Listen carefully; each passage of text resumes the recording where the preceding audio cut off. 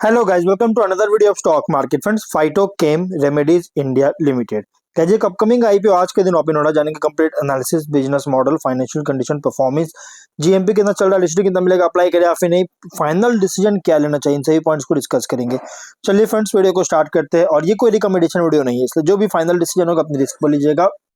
तो guys, IPO 18 दिसंबर open हो रहा है, जो कि आज के दिन 22 दिसंबर क्लोज किया जाएगा। 3 डे आईपीओ है, 10 रुपीज का फेस वैल्यू, 98 रुपीज पर शेयर की प्राइस बैंड, 1200 शेयर्स की lot size, fresh capital IPO 38.2 crore का इशू साइज, 39 लाख शेयर का इशू किया जा रहा है। After trade broking market maker है, fresh capital, fix price IPO और बीएसई एसएमई प्लेटफॉर्म पर लिस्टिंग होने जा रही है। अलॉटमेंट डेट 23 दिसंबर का, 24 दिसंबर रिफंड्स रिलीज किया जाएगा, शेयर्स डिमैट अकाउंट में क्रेडिट होगा। 26 दिसंबर को लिस्टिंग डेट रखा गया है। यहाँ पे एचएनआई और रिटेल को ओनली ऑफर दिया गया, 47.5% ईच ऑफर दी गई है। रिटेल में ओनली 2 लॉट अप्लाई कर सकते हैं, 2400 शेयर्स मिलेंगे, 2.3 लाख रुपीज पे करना पड़ेगा। एचएनआई मिनिमम 3 लॉट अप्लाई कर सकते हैं, 3.5 लाख रुपीज पे करना पड़ेगा। वहीं अगर हम बात करें जीएमपी का, कंपनी का जीएमपी 0 रुपीज का, विच मीन्स कंपनी या तो फ्लैट या तो डिस्काउंट लिस्टिंग कर सकता है।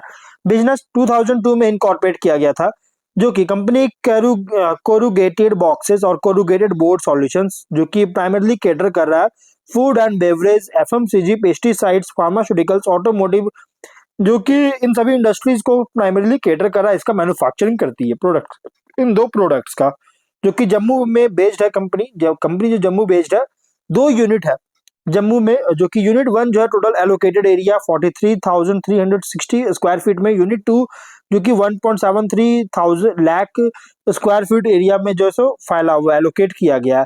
करेंटली यूनिट 1 जो है ये यूटिलाइज कर रहा है 12,000 स्क्वायर फीट का, और यूनिट 2 जो यूटिलाइज कर रहा है अप्रोक्सीमेटली 55,000 स्क्वायर फीट का total area of respective units के अंदर।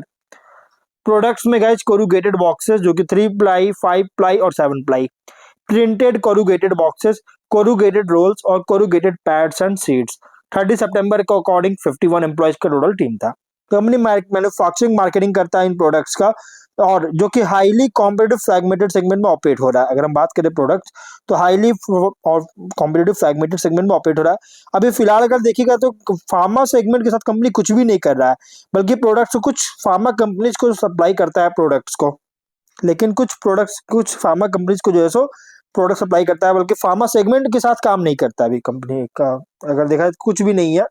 फाइनेंशियल अगर देखा जाए तो एसेट्स है 53.7 करोड़ का, नेटवर्थ 16.9 करोड़ का, रिजर्व्स 9 करोड़ का और डेट है 19.3 करोड़ का। रेवेन्यू प्रॉफिट अगर हम बात करेंगे तो 23 में 20.8 करोड़ का रेवेन्यू, 82 लाख का प्रॉफिट। 23 में 24 में 32.9 करोड़ का रेवेन्यू, 2.3 करोड़ का प्रॉफिट। 25 में 36.8 करोड़ का रेवेन्यू, 4.5 करोड़ का प्रॉफिट। फर्स्ट हाफ में 25 करोड़ का रेवेन्यू, 3.7 करोड़ का प्रॉफिट है। फाइनेंशियल अगर देखा जाए तो टॉप लाइन हो या बॉटम लाइन इंक्रीज करता हुआ देखने को मिल रहा है। 25 में 12% रेवेन्यू और 94% प्रॉफिट इंक्रीज किया। टॉप लाइन में तो इंक्रीज हुआ है, लेकिन बॉटम लाइन अगर देखिएगा तो 25 में सरप्राइजिंग बूस्ट हुआ है। और ये सिर्फ डाउट की रेट नहीं कर रहा है, बल्कि सस्टेनेबिलिटी के लिए कंसर्न रेज कर रही है। ROE एंडल 34% का, ROC 25.3% का, डेट टू इक्विटी 1.4 टाइम का, PAT एबिटेडा मार्जिन 12.2 23.8%, PB और PE रेशियो 2.3 और 17.2 टाइम का। प्रोमोटर है guys Aditya Bohra agri films private limited, Niranjan Surana और शिल्पा सुराना इसके promoter. Pre issue holding 100%, post issue 66.8% का होल्डिंग, 66.9% का होल्डिंग देखने को मिल जाएगा। ऑब्जेक्टिव क्या है तो कंपनी इक्विपमेंट मशीनरी का परचेज करने के लिए कैपेक्स करना चाहता है। सिविल कंस्ट्रक्शन में कैपेक्स रिक्वायरमेंट है, उसके लिए फंडिंग करेगा। Loan repayment general corporate purpose के लिए फंडिंग चाहती है, इसके लिए आईपीओ लेकर आया। अब अगर हम बात करें गाइस आगे कंपनी का, अगर हम कुछ और स्वॉट की बात करें, फाइनल डिसीजन गाइस स्वॉट में आपको पता चला कि लेना चाहिए या फिर नहीं। स्ट्रेंथ अगर देखिएगा तो हर्बल, फाइटोकेमिकल और प्लांट बेस्ड एक्सट्रैक्ट सेगमेंट में ऑपरेट होता है, जो कि इंग्रेडिएंट्स का यूज होता है फार्मास्यूटिकल, न्यूट्रास्यूटिकल, कॉस्मेटिक और वेलनेस प्रोडक्ट्स में सप्लाई कर रही है। और फार्मास्यूटिकल मतलब कंपनी जो फार्मा, जैसे मैंने आपको बताया था फार्मा सेगमेंट के साथ, अभी वैसा कुछ भी कंपनी काम नहीं कर रहा। हाँ, कुछ फार्मा कंपनी को कंपनी प्रोडक्ट सप्लाई करता है, बट प्योर सभी फार्मा कंपनीज को वैसा नहीं करता है। प्रोडक्ट पोर्टफोलियो अलाइंड है नेचुरल, हर्बल और प्लांट डिराइव्ड फॉर्मुलेशंस का, डोमेस्टिक हो या एक्सपोर्ट मार्केट दोनों में इसके लिए डिमांड जो ग्रो कर रहा है, इसके साथ प्रोडक्ट पोर्टफोलियो अलाइन किया गया है। प्रेजेंस जो है वैल्यू एडेड एक्सट्रैक्शन और फॉर्मुलेशन में अभी देखने को मिल रहा है, यहाँ पे बहुत ज्यादा है, जो कि प्रेजेंस जो कि ओनली रॉ हब ट्रेडिंग, सिर्फ रॉ हब ट्रेडिंग से अलावे कंपनी पे भी प्रोडक्ट प्रेजेंस है जो कि relatively better margin potential offer करता है। सोर्सिंग नेटवर्क भी जो है मेडिसिनल प्लांट्स और हर्ब्स के लिए इस्टेब्लिश कर चुका है, जिससे रॉ मटेरियल सप्लाई के कंटिन्यूटी को सपोर्ट कर रही है। रेगुलेटरी कॉम्प्लायंस क्वालिटी स्टैंडर्ड्स जो कि इंपॉर्टेंट होता है, जो कि एंट्री बैरियर्स में इंपॉर्टेंट एंट्री बैरियर होता है सेगमेंट में, जिससे ऑर्गेनाइज्ड प्लेयर्स को बेनिफिट मिल रही है। वीकनेस में इसका ऑपरेशन जो है, इस ऑपरेशन का स्केल बहुत ही कम छोटा है अगर बड़ी कंपनी से कंपेयर करेंगे, तो इसलिए गाइज थोड़ा सा इम्पैक्ट कर सकता है। डिपेंडेंस जो है अवेलेबिलिटी, क्वालिटी और प्राइसिंग पर है। मेडिसिनल प्लांट्स का रॉ मटेरियल सोर्स कर रही है, जिससे सीजनलिटी और एग्रीकल्चरल रिस्क का एक्सपोज हो सकता है। वर्किंग कैपिटल इंटेंसिव बिजनेस है क्योंकि इन्वेंट्री होल्ड कर रहा है, प्रोसेसिंग साइकिल और रिसीवेबल्स इंस्टीट्यूशनल बायर से होल्ड कर रहा है। इसी कारण से जो वर्किंग कैपिटल इंटेंसिव हो सकता है बिजनेस हो सकता है। रेवेन्यू कॉन्सेंट्रेशन रिस्क भी है, अगर सेल्स जो है सो लिमिटेड नंबर ऑफ कस्टमर्स या एक्सपोर्ट मार्केट्स पर डिपेंडेंट बहुत ज्यादा है।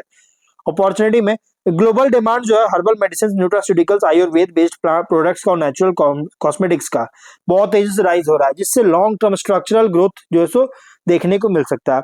और higher margin standardized extracts, APIs जो कि हर्बल ओरिजिन्स का, कस्टमाइज्ड फॉर्मुलेशंस जो कि फार्मा और न्यूट्रास्यूटिकल कंपनीज का, इसको एक्सपैंड कर रही है। और कंपनी का ग्रोथ अपॉर्चुनिटी भी जो है सो एक्सपोर्ट ग्रोथ अपॉर्चुनिटी भी मिल सकता है, एज इंटरनेशनल मार्केट लगातार इंक्रीजिंगली एक्सेप्ट कर रहा है प्लांट बेस्ड और ऑल्टरनेटिव मेडिसिन इंग्रेडिएंट्स का। और आईपीओ विजिबिलिटी से क्या है कि लार्ज फार्मा, एफएमसीजी और न्यूट्रास्यूटिकल क्लाइंट्स के साथ क्रेडिबिलिटी को इम्प्रूव करेगा, और जिससे लॉन्ग टर्म कॉन्ट्रैक्ट्स और स्केल अप को सपोर्ट करेगी।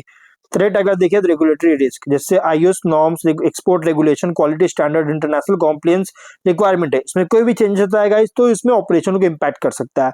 Large established herbal extract manufacturers जिसका स्ट्रॉन्ग R&D ब्रांडिंग और ग्लोबल डिस्ट्रीब्यूशन है, इनसे कॉम्पिटिशन बहुत ज्यादा है। रॉ मटेरियल प्राइस वोलेटिलिटी, ये हो सकता है रीजन क्लाइमेट, ओवर हार्वेस्टिंग और सप्लाई कांस्टेंट के कारण होता है, जिसके कारण गाइस मार्जिन को कंप्रेस कर सकता है। सब्स्टिट्यूशन रिस्क भी है, सिंथेटिक ऑल्टरनेटिव्स या फॉर्मुलेशन प्रेफरेंसेस जो है इसमें अगर चेंज होता है फार्मा या एफएमसीजी सेक्टर्स में, तो इससे इम्पैक्ट कर सकता है गाइस। बिजनेस परफॉर्मेंस भी अफेक्टेड कर सकता है एक्सपोर्ट मार्केट वोलेटिलिटी या करेंसी फ्लक्चुएशन के कारण। पीयर कॉन्टेक्स्ट अगर देखिएगा तो लार्ज कंपनी से कंपेयर करें तो ये एक स्मॉलर है लेकिन मोर फोकस्ड है, और एगिलिटी और निश पोजीशनिंग ऑफर कर रही है। रॉ हर्ब ट्रेडर से कंपेयर करेंगे तो ये वैल्यू एडिशन, प्रोसेसिंग कैपेबिलिटी और रेगुलेटरी कॉम्प्लायंस के साथ से जो बेनिफिट मिल रहा है, जिससे अट्रैक्ट कर सकता है इंस्टीट्यूशनल बायर्स को। इन्वेस्टर्स के लिए आईपीओ रिप्रेजेंट कर रहा है moderate to high risk speciality chemicals या herbal ingredients play. Upside depend करता है एग्जीक्यूशन, प्रोडक्ट मिक्स इंप्रूवमेंट और एक्सपोर्ट ग्रोथ पर, जबकि रिस्क बहुत ज्यादा है स्केल और रॉ मटेरियल डिपेंडेंस होने के कारण रिस्क बहुत ज्यादा होता हुआ नजर आ रहा है। जीएमपी कंपनी का 0 रुपीज का, विच मींस कंपनी फ्लैट या तो डिस्काउंट लिस्टिंग कर सकता है। और ये small paid up equity capital जो कि पोस्ट आईपीओ इंडिकेट कर रहा है मेन बोर्ड माइग्रेशन के लंबा टाइम ले सकता है। और प्राइस बैंड एग्रेसिव रखा गया है, बहुत ज्यादा प्राइस रखेगी, मतलब ये आईपीओ जो ना रिस्की आईपीओ, अगर आप रिस्क नहीं चाहते तो आप इसको इग्नोर कर सकते हैं। रिस्क करना चाहते हैं तो कंसिडर कर सकते हैं। बाकी फाइनल डिसीजन अपने रिस्क पर लीजिएगा। मिलता है नेक्स्ट वीडियो में।